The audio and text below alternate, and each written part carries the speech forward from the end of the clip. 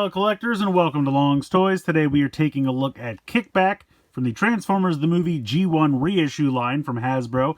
So right off the bat, the packaging is absolutely beautiful. I love the artwork here on the front. You can see the scene from the movie where Kickback gets run over by Hot Rod and Cup while they're trying to enter Autobot City. I think that's really cool.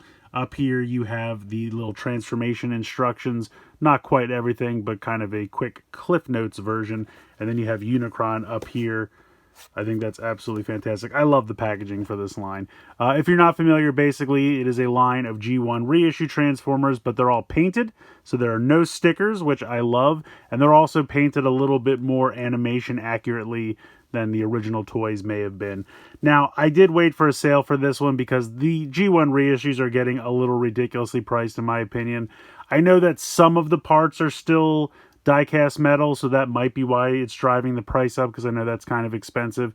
But I think this was like $35 or something like that, and there was no way I was paying $35 for Kickback. He's tiny. So I waited for a sale, and I got this from Hasbro Pulse. Down here, not really much going on. Over here, kind of showing the robot mode and the grasshopper mode. And then over here on this side, just kind of the picture continuing on from the front of the box. Over here on the back, same product shots of the robot mode and the grasshopper mode. Also comes with a little Energon cube there. And then you got your tech specs and your little bio there, which is kind of cool. So he is Insecticon Espionage. Sure. In any case, I'm going to go ahead, get him out of the packaging, and we'll take a closer look. Here is Kickback out of the packaging. He does come packaged in grasshopper mode. And it's exactly the G1 toy you may or may not remember. But they did a pretty nice job with it, honestly. It looks a little plain in spots, but there are no stickers on this, which I do appreciate. Anytime there's some kind of detail, it has been painted. The legs really don't have much going on. It's just the black plastic and the purple plastic, but he's got these little wheels here on the back. The wings have been painted a really nice silver. You can see that this is where the rub sign used to be, but they have removed those, obviously, for more, I guess, screen accuracy. You have the two little grasshopper legs here on the front, again with the wheel, so I guess technically he can roll around, which is kind of funny.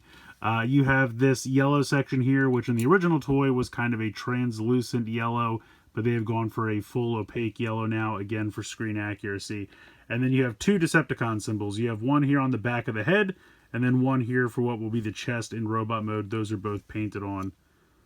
So yeah, all in all, I mean, like I said, it is a G1 toy. So is it the most convincing grasshopper? Honestly, I don't even think it's that bad. I think it's pretty cool. It's all set for if you have the movie Hot Rod reissue. You know, you can whack them out of the way on the bridge to Autobot City. You're all ready to go. I'm really hoping that they reissue Cup eventually, and then he'll be able to crunch his head as we saw in the movie. But I think Cup would be a really fun one to do painted without stickers, because I remember that toy having a lot of stickers. I believe Hot Rod did as well. I never had Hot Rod as a kid, but I did have Cup, and I think I put the stickers on wrong as a kid, and that always bothered me later on as an adult. So I would love to get a reissue Cup, but that's a whole separate issue. In any case, I think Kickback looks pretty good in grasshopper mode.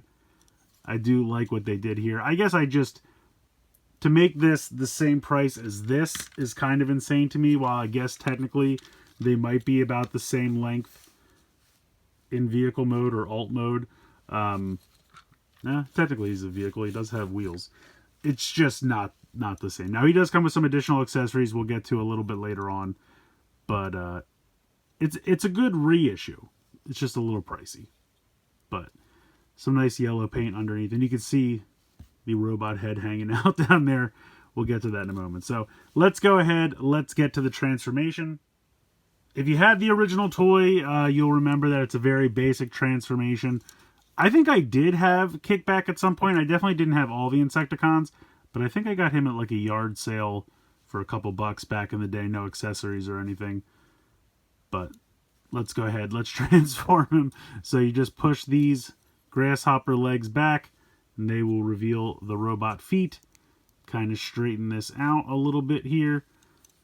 Push the arms together like so, and then rotate them down, As you can see, we are basically done. The robot mode has taken shape. The insect wings will flip back like that. And then you just rotate the head 180 degrees. And there you go. There's Kickback. Fun little robot mode.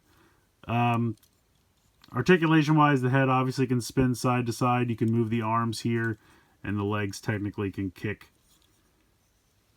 about that far in each direction. I don't see why. I guess just the leg is hitting into that. And I don't know what this is, but there's a couple spots. And I can't honestly tell if this torso is die-cast metal. It might be. And because that's such a big section, that might be what's driving the cost up. But you can see I've got some schmutz here, and I've got a little bit more around here. I'm guessing it's just paint from the yellow that maybe they dripped. See if I can move this out of the way. So yeah, I'm not sure. But I love the head sculpt. I think they did a nice job. So the original toy, it was just a black triangle. So you can kind of see that they've put a nose in here. But if you think about the triangle coming to here and then going up, that was all just painted black. There was no nose. There was no break in the visor. So they have done this to be more screen accurate to the cartoon. And I think it's pretty good. I think it looks pretty decent. And I like the Decepticon symbol there on the chest. But yeah, he's a little dude. He's very tiny. He does have some accessories, so he comes with this one gun, which is painted silver very nicely here. And you can see it's got kind of a clip, and basically you just kind of pop this over the hand, and it just kind of sandwiches on there. But it holds nicely. I mean, it's not going to fall off at all. I think that looks good.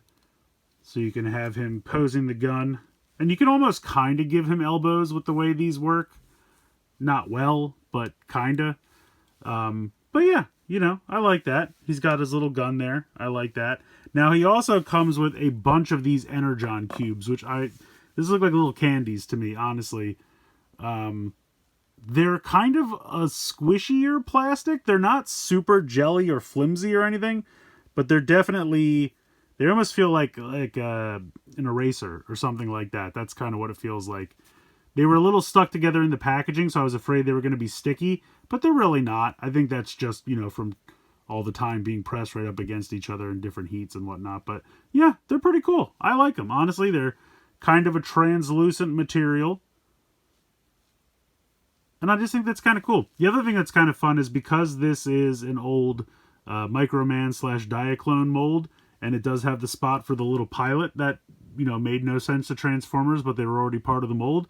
You could go ahead and put one of these Energon cubes in there. So if he needs to fill up, he needs to fuel up there, go ahead and give him a little Energon cube. Or maybe he just needs to create some and you know, storage or transportation.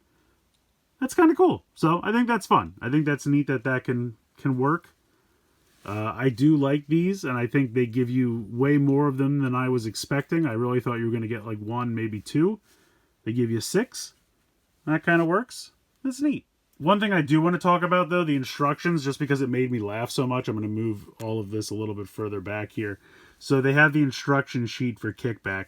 Now, as you saw, the transformation is very basic, but this is a pretty intense booklet here. So... huge picture of him in grasshopper mode. Okay. Then you have the 2 or 3 steps. Why is there so much space? Why do we need this much space in between each step? You realize that there's only like 3 or 4 steps for transformation. I guess these pamphlets are some kind of like standard size.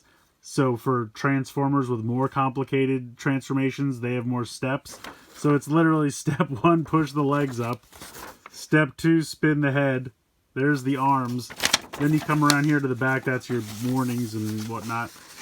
Again, ton of empty space. I mean, these steps are so basic. And then that's it. Then you're done. I almost feel like this wasn't even needed. It certainly could have been half the size. It just made me laugh how much empty space. Just because it's 100% a basic transformation. So that just kind of made me laugh. But, yeah, I mean, he's cool. He's definitely tiny, though. For reference, here's Hot Rod in robot mode compared to Kickback. I mean, he's half the size. Oops, as I knocked them all over. Let me stand this back. This is great. All right, so he's easily half the size. I mean, even the top of his antennas come up to his waist. And you can't say, oh, but he comes with all these accessories. Hot Rod had 2 guns. He's got 1 gun and a couple Energon cubes. That's what I don't... I mean, don't get me wrong. I love that they're doing the reissues, and I think this guy is great. You just can't tell me that these are the same price. And I would argue that Hot Rod has more paint as well, because I think the only thing really painted on... Everything else is just done with different colored plastic. The face is painted, and the 2 Decepticon symbols, and the yellow here on the back. So, you know, this was a translucent plastic piece that they had to paint. Then you have all of this paint here on the forearms and the chest and the head. And I think down here, this is all painted. So, I mean, they both look great. Don't get me wrong. I'm not saying either figure is bad. I love them both.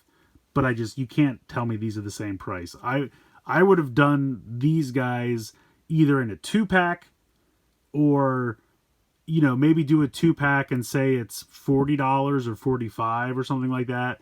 Or maybe just make a new price point and make these 20, 25 tops with the accessories. But I mean, 35 is nuts. And I understand it's a retro line. They have 1 price point. It's mostly on Pulse, but I think it's also Walmart exclusive. I don't even think Walmart's really carrying them anymore. I never see them in Walmart anymore, to be honest with you. Yeah, it's, you know, when they do this where they want to reissue stuff, but they have to cram everything into 1 price point, it's a bummer. Because some stuff I think is worth it and fair, and some stuff, while still good, is just not worth that amount of money just because it's smaller, or just that price point just doesn't make sense.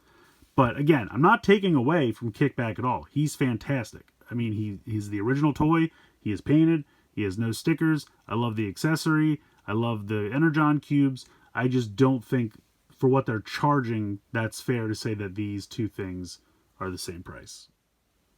Also, just for fun, I thought it would be kind of neat to bring in Legacy Kickback here, and then also point out that Legacy Kickback is cheaper than G1 Kickback. Wrap your head around that for a second. Yeah, but here we go. So this is the original and the current update, and I think they did a really nice job with both of them, honestly. I mean, you can tell that these are supposed to be the same character. The heads are very similar. The legs are very similar. I feel like I almost kind of wish that this was a solid yellow instead of a translucent yellow, just to pop as much as it does on this guy. Like, they kind of have this cool, like, silver machinery going on underneath here, and it does not open on this guy. But I think the solid yellow might have just popped a little bit more. But otherwise, pretty cool. So, I love both of these. It's just crazy to me that this one is cheaper than this one. So, I think the G1 reissue of Kickback is great. I just think you definitely need to wait for a sale. If I remember correctly, with the sale, I think I paid like $19 for this, and I'm totally happy with that. I'm very happy for what I ended up paying for it, but the full price is just a little nuts, and I don't want to harp on it too much. I know I've already harped on it too much already, but it's a great toy. I mean, the original G1 toy was a lot of fun when I was a kid. I love that they've updated it to be more cartoon accurate, plus it's fully painted now. No stickers. I love that as well. I don't really have any complaints about the toy except for the price. So just wait for a sale, get it for a sale price, and then it's 100% worth it. And honestly, I'm really loving this Transformers the Movie G1 reissue line.